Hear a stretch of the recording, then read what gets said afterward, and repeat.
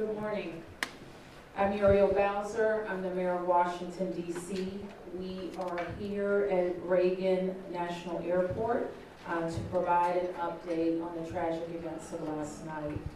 I'm joined by U.S. Transportation Secretary Sean Duffy, D.C. Fire and EMS Chief John Donnelly, American Airlines CEO Robert Eisen, the MWA, the Metropolitan Washington Airports Authority CEO Jack Carter, United States Senator Mark Warner, United States Senator Tim Kaine, U.S. Representative Don Beyer, as well as the Chief of the Metropolitan Police Department, Pamela Smith.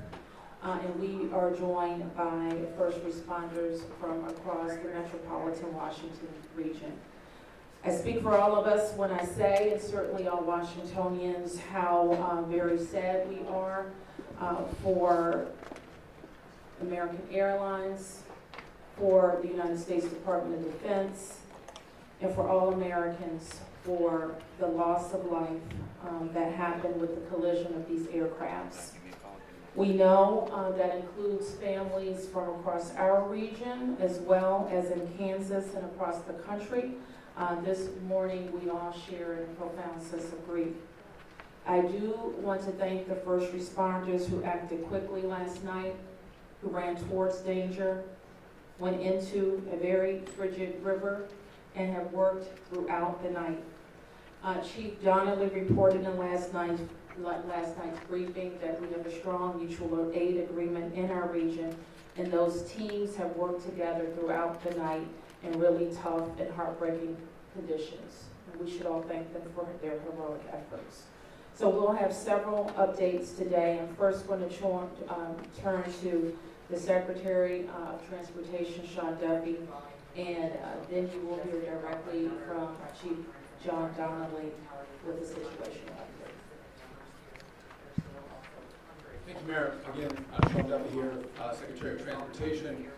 We wish we were gathering for different purposes today.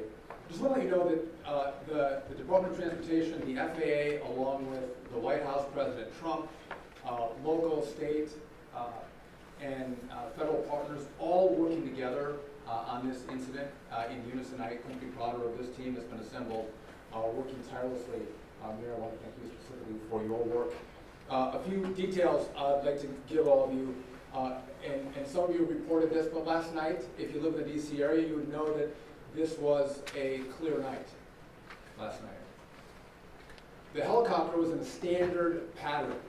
If you live in the DC area, you'll see helicopters up and down the river. This flight pattern is seen oftentimes when you live in DC. This was a standard flight pattern last night as well. The American Airlines flight coming into land was in a standard flight pattern as it was coming into DCA. So this was not unusual with a military aircraft flying the river and aircraft landing at DCA. And again, if you live in the area, you will see that frequently with those two aircraft working together. As many of you reported, we have located the two aircrafts. The fuselage of the American Airlines plane was inverted. It's been located in 3 different sections. It's in about waist-deep water, so that recovery is going to go on today. As that recovery takes place of the fuselage of the aircraft, NTSB is going to start to analyze that aircraft, partner with the FAA with all the information we have to get the best results possible for the American people. I would just say that safety is our expectation. Everyone who flies in American skies expects that we fly safely, that when you depart an airport, you get to your destination. That did happen last night. And I know that President Trump, his administration, the FAA, the DOT, we will not rest until we have answers for the families and for the flying public. You should be assured that when you fly, you're safe. Thank you.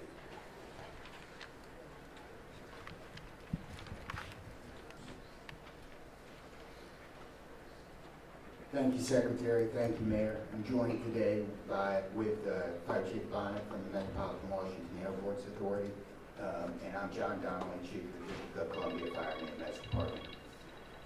Last night at 8:48, the control tower sounded an alert, which alerts responders to respond to a report of an aircraft crash on or near the airport. That sets off an immediate response from the Airport Authority Fire Department, from the District of Columbia and Metropolitan Harbor Patrol fire boats and other fire boats on the river in order to support that type of operation.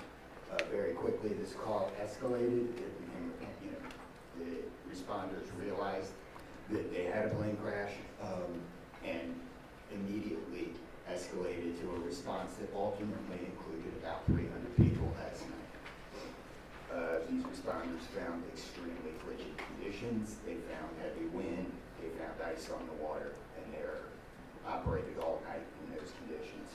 I'd like to take a moment to acknowledge the agencies that responded in addition to the Fire and EMS and Metropolitan Washington Airports Authority, Montgomery County Fire Department, the Prince George's County Fire Department, the Charles County Fire Department, the Baltimore County Police Department, the Anne Arundel County Fire Department, the Alexandria Fire Department, the Arlington County Fire Department, the Fairfax Fire Department, the Prince William Fire Department, the Baltimore City Police Department, the Maryland State Police, the Maryland Natural Resources Police, the Department of Defense, the Joint Base in Bowling Fire Department, and the staff there, the U.S. Army, the U.S. Coast Guard, the United States Park Police, the Metropolitan Police Department, the FBI, and the NTSB.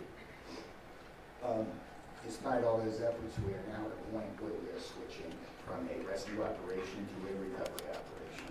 At this point, we don't believe there are any survivors from this accident, and we have recovered 27 people from the plane and 1 from the helicopter. The District Office of the Medical Examiner has a lead on reuniting these bodies and these people with their loved ones, and we will continue to work to find all the bodies and collect them and reunite them with their loved ones. We should also acknowledge that the Virginia Medical Examiner and the Army Medical Examiner are involved in this operation and a very important part of getting people identified. So.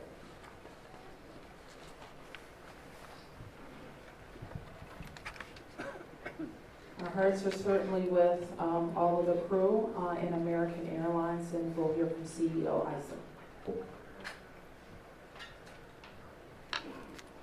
Thank you, Mayor. Good morning. I'm Robert Isom, the CEO of American Airlines. I want to express my sincere condolences for the accident that happened at DC last night.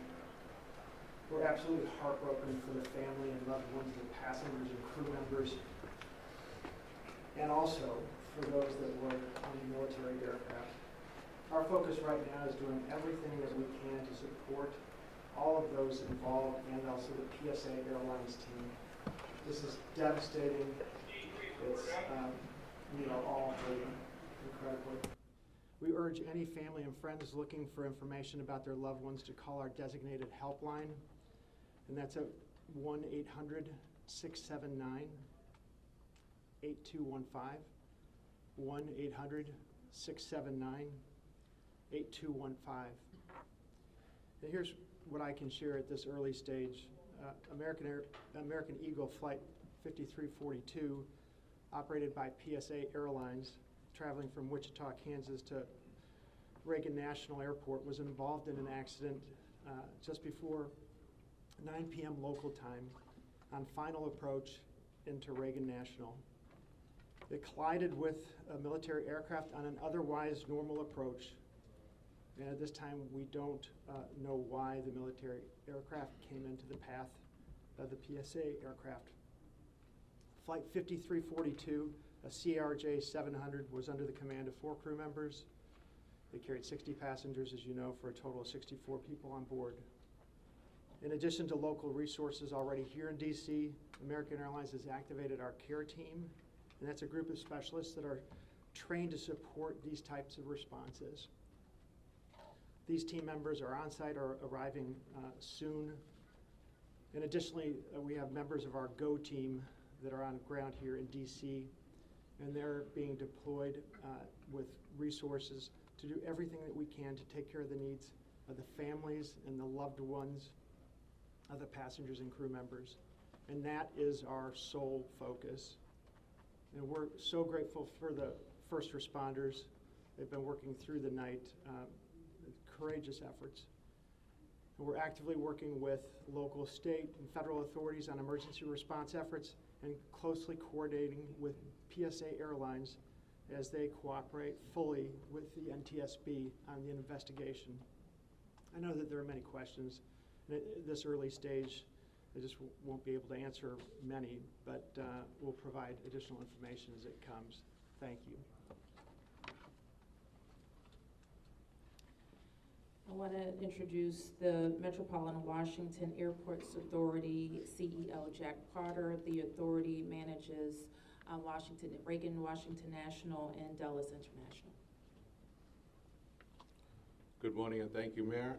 First, let me begin by expressing our condolences for all the victims of this flight and for their families. There's a lot of grieving going on, and so we're very sympathetic to that. I want to echo what was said about the first responders. When there's a problem in this area, everybody drops everything and they rush to wherever the problem is. So I want to thank the chief, the entire team from Washington, D.C., but just as important, the list of folks that the chief described. Federal authorities have been here en masse, and so a lot of effort was brought to bear. Unfortunately, we weren't able to rescue anyone, but we are in the recovery mode right now.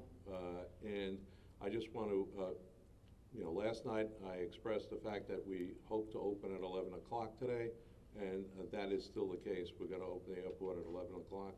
And again, condolences to the families, and thanks to the many, many who are still out there working very, very hard to complete this recovery.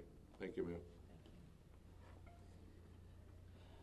I do want to acknowledge that the Virginia Transportation Secretary is here in addition to the Alexandria Mayor. And I will like to ask members of the Virginia Congressional delegation to the podium next. U.S. Senator Mark Warner, followed by Tim Kaine and Representative Don Beyer. Thank you, Mayor. I want to join with everyone else and express my condolences for the victims. For folks who don't live in the DMV, we are made up of a lot of jurisdictions. Reagan Airport's in Virginia. Across the river we have Maryland, obviously the district, but as been indicated by the chief, when tragedy happens, all those distinctions between the various jurisdictions and our federal partners all disappear. And I want to again thank all the first responders. On a personal note, I'll just add that literally I now know I was coming back from the district from a dinner to my home in Old Town Alexandria. And while I did not see the collision, I wondered, I'd never seen this many red lights streaming towards the airport and across the river in Maryland about this time. My phone started blowing up and I realized that this accident had taken place. There'll be a time to figure out. I know NTSB will have a briefing later in the day. But to the victims, our condolences. To the first responders, our thanks. Sorrow, thanks, and questions. So sorrow, as all have expressed, to the crew, to the passengers, to the soldiers, to their families, to their friends, to their loved ones, to people who are still trying to get information and unsure whether their loved ones have been lost. We offer our profound condolences to them and our sorrow for this tragedy. Thanks, I'll echo, Mayor, what you began with. When you see a challenge like this and you see people from so many different agencies, local, state, federal, with different uniforms, different badges, but working in such a coordinated way, even in the midst of a tragedy, it does give you a sense of appreciation and pride in people's willingness to come to the danger and work together. And I started to see that as a local official 30 years ago in Richmond, and definitely have seen it here. And then finally, questions. There are going to be a lot of questions, obviously, a lot of questions. And that's what the NTSB's job is to be an independent investigator of incidents like this. And they are here. We were in dialogue with them earlier today. They've been here since they got the alert, and they will be doing the work and playing lead in answering the many questions that we have. And that's as it should be. It's not a time to speculate. It's a time to investigate and get answers to the questions we need, and I have confidence that will be done. Thank you. Following up on the Senator, I think grief, thanks, and service, with millions and millions of Americans traveling every year, we are all grieving, knowing that it could have been our loved ones, it could have been us. And our hearts go out to all those who have lost folks. In a most partisan place also, I'm really thankful that Democrats and Republicans, people from all over, have come together to try to make sure that people are served. As the local representative, I want the families to know that our office is available to serve you in any way we possibly can through this time of grief and transition and loss. And then also just note that we're deeply grateful for the people who risked their lives last night on a moment's notice and spent the whole night on the river in the ice and the wind, serving us. And then finally, as Senator Kane, Senator Warner noted, after the NTSB investigation, we've got to make sure that at the federal level and with the support of Virginia, Maryland, DC, we're doing everything we can to make sure this does not happen again.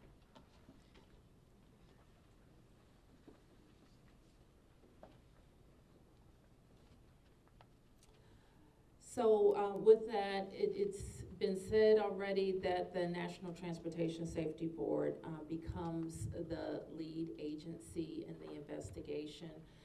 Our jurisdiction in DC, where the crash occurred over the river, concludes as we, in the leadership role of the Unified Command, as we shift to a recovery effort. We expect the National Transportation Safety Board to provide briefings to the press later in the day. So at this point, we can take a few questions. Yes? Can you say without a shadow of a doubt that people are safe to fly? What we can talk about today is what happened here with the collision of these vehicles. We've said what we know, and that the National Transportation Safety Board continues to investigate. I don't know that any of us have been briefed on anything that would suggest any other aircraft are implicated. Yes? You're still missing 30 plus people in the water. What are some of the challenges in recovering them right now? Chief? So the rescue operation, or the recovery operation goes on. It's a lot of touch and feel in the different parts of the plane or in the helicopter. And the crash area is a little spread out, so we've got some work to do. And I think it's a pretty normal type of situation. I don't think it's extraordinary. How spread out is this debris field? So the wind started blowing last night, so we've had debris travel from the airport down as far as the Wilson Bridge. Mile-wise, how far is that? I couldn't tell you. Okay. Less than a mile. This is a question for CEO Carter. You're going to open the airport at 11 o'clock this morning. How are you going to do that? And what impact is that going to have on operations, on passengers, on people's anxiety? How are we going to do this? Well, we're going to open the airport at 11 o'clock. It's safe. We've worked with all the federal agencies, FAA, and you know, it's been determined that we can open that airport safely. The recovery effort that's on our property is on the waterfront. Our primary runway, 119, will be open. It's away from any activity. We're going to have a secure area around that, so all are comfortable that we can get back to operations. Now, each airline will announce or communicate to their passengers what their operations are going to be. Obviously, their networks were disrupted overnight, and so we might have a slow recovery, but the bottom line is we will begin to have aircraft moving in and out of this airport at 11 o'clock. Okay, so 1, 2, 3. Has the flight recorder been recovered, the black box at all? I don't think we can say anything about what's in NTSB's purview. You mentioned the airport opens 3 hours from now. There's a lot of helicopter traffic from the military, U.S. Park Police and all that. Will helicopters be flying right through here as well, beyond the recovery efforts? I don't know the answer to that. Jack, do you have anything to add? We don't have anything to add about that. Yes. This is for Secretary Duffy. Can you reassure Americans that the U.S. still has the safest airspace in the world? So the question is, can I guarantee the American flying public that the United States has the most safe and secure airspace in the world? And the answer to that is absolutely, yes, we do. We have early indicators of what happened here, and I will tell you with complete confidence, we have the safest airspace in the world. What's next? When it comes to informing these families who've tragically lost their loved ones, what has that looked like so far? Have any of them been informed? The flight manifest, is there any details you can provide on that front? Tyson, can you add anything? All I can say is that we have published the 1-800 number. We have family assistance centers set up here in DCA. We do in Wichita as well. I'm not at liberty to give the number of families that have been that have used those services, but we are making that use.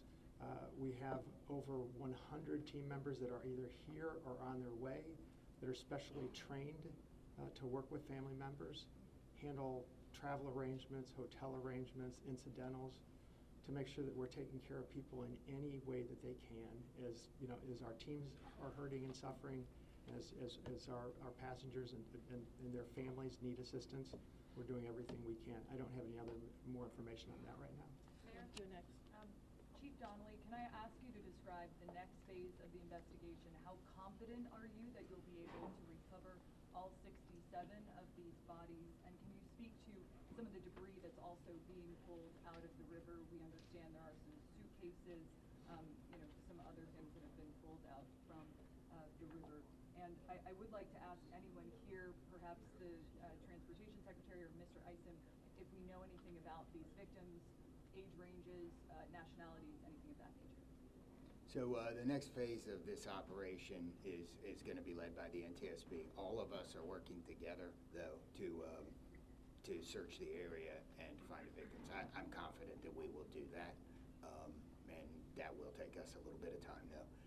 It may involve some more equipment. As far as the things being collected, I don't have personal knowledge. I know that we have been collecting debris that you would expect to see from a plane. Okay, anything about the victims?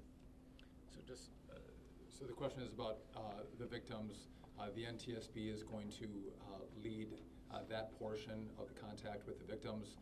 I believe American is going to be involved with that as well, and so will the FAA and the Department of Transportation. Secretary Duffy? We're going to take some questions over here. 1, 2, 3, 4. Yep. For Secretary Duffy, the flight path that the helicopter was on, is that a common flight path, and is it normal for helicopters to get clearance to cut across busy approach paths? So I don't know if you all could hear the question. It's a question about the flight path of the helicopter. I don't want to go into too much detail about the information we have from the FAA, but obviously it is not standard to have aircraft collide. I want to be clear on that.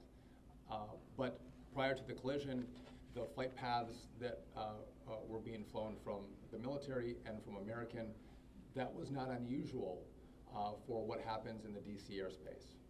And as this investigation moves forward, we will be able to provide more information to you about the details of that statement.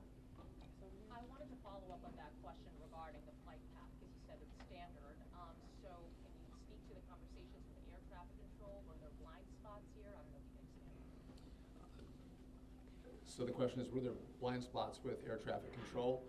I don't want to make statements about that. I don't lead into that answer. But again, I think whether it was air traffic control, whether it was military aircraft, helicopters, or the American flight, everything was standard in the lead up to the crash. Now, obviously, something happened here. You'll get more information and more details as this investigation moves forward. We'll learn what happened. But again, those who live in the DC area, we see military helicopters fly up and down the river. It's a standard path that they fly. They're used to aircraft landing at DCA, and there's a procedure in place because this happens every day. Something went wrong here. I look forward to the time and point when we can give you that information, but I don't want to comment on that right now. Okay, next. Senator Kane, Senator Warner, you all have been, very vocal about your concerns about busy runways here, air traffic. I know it's still early in the investigation. I'm just curious any steps that you all plan to take to address that. We have raised this issue continuously. We've got very busy airspace. I think we will ask questions, but at the appropriate time. We are in this period right now where families are still being notified. We're trying to figure out what happened.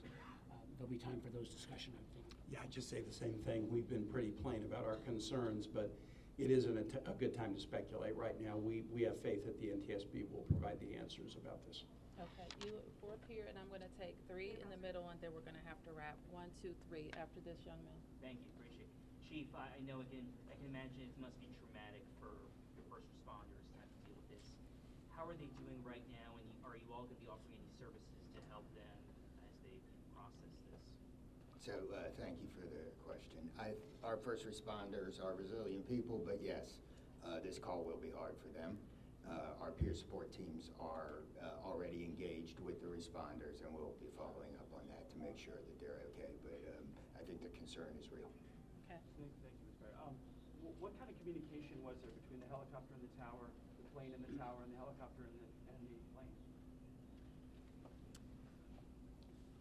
I don't want to say too much on the communication between the helicopter and the tower and the airline and the tower, but I will say this: there was communication. It was I would say standard communication. So there was not a breakdown, if that's your question, in communication between the military helicopter and the American airline flight. There was communication between the aircraft and the tower. Was the plane aware there was a helicopter in the area?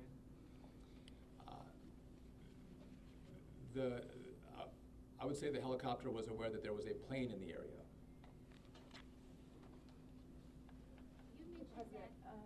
So the president, you said yesterday that you called into the briefing room. Has he returned to the briefing room since then? Have you spoken?